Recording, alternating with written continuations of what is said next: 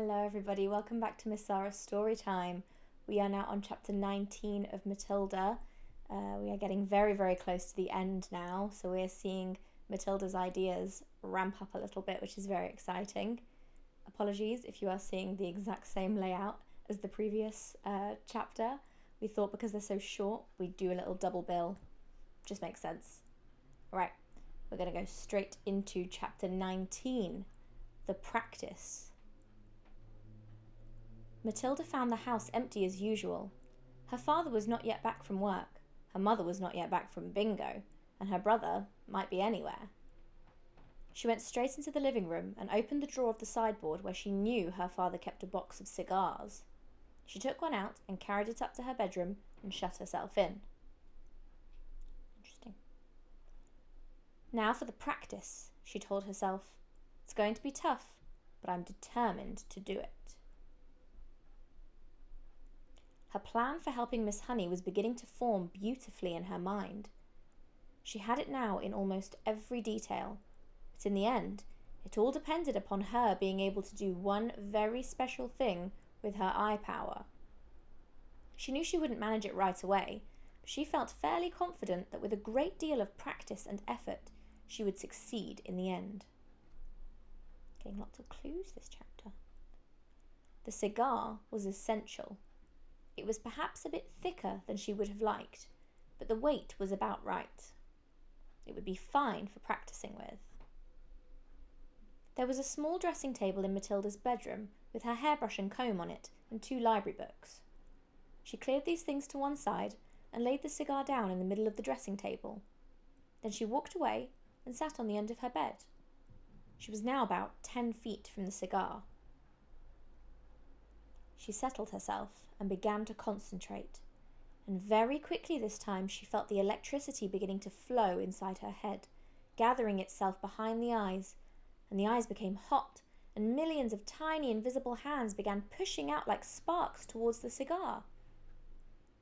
"Move," she whispered, and to her intense surprise, almost at once, the cigar with its little red and gold paper band around its middle rolled away across the top of the dressing table and fell onto the carpet. Matilda had enjoyed that. It was lovely doing it. It had felt as though the sparks were going round and round inside her head and flashing out of her eyes.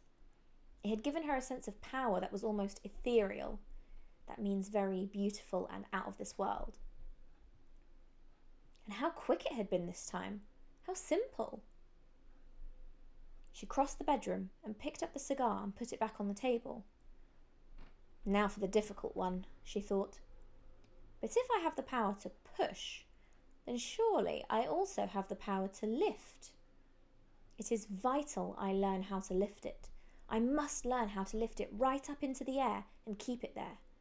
It is not a very heavy thing, a cigar. I wonder why she needs to lift it. She sat on the end of the bed and started again. It was easy now to summon up the power behind her eyes. It was like pushing a trigger in the brain. "Lift," she whispered. "Lift, lift."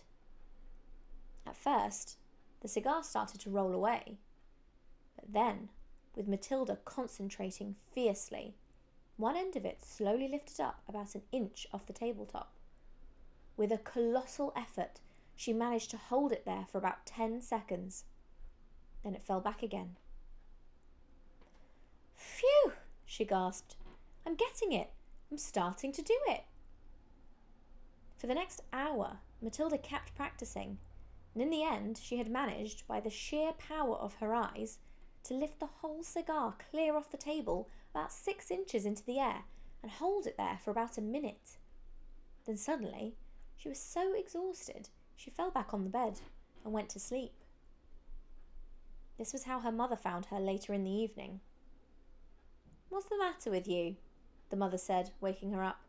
"Are you ill?" "Oh gosh," Matilda said, sitting up and looking around. "No, I'm all right. I was a bit tired, that's all." From then on, every day after school, Matilda shut herself in her room and practiced with the cigar.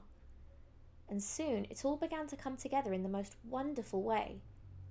6 days later, by the following Wednesday evening, she was able not only to lift the cigar up into the air, but also to move it around exactly as she wished.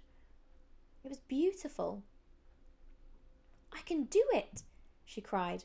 "I can really do it! I can pick the cigar up just with my eye power and push it and put it in the air any way I want." All she had to do now was put her great plan into action. And that is the end of chapter 19. Goodness me, we are getting a lot more clues about what Matilda's plan might be. So let's think about the previous chapter. She said she had a plan, and she asked for some people's names. Miss Honey's dad, Miss Trunchbull's name, and Miss Honey's name at home. Then in this chapter, Matilda uses a cigar, because of how heavy it is and how big it is, to practice being able to lift things into the air and control them. Very interesting. So my one question for you today, if you still don't know, and you might want to change your answer from the last chapter, what do you think Matilda's great plan will be? What do you think she's planning, and what do you think she's going to do? If it's changed since the last chapter, I'd love to know. Alright, that is the end for this one. I will see you in the next one. Have a fan-dabby-dozy day. Bye.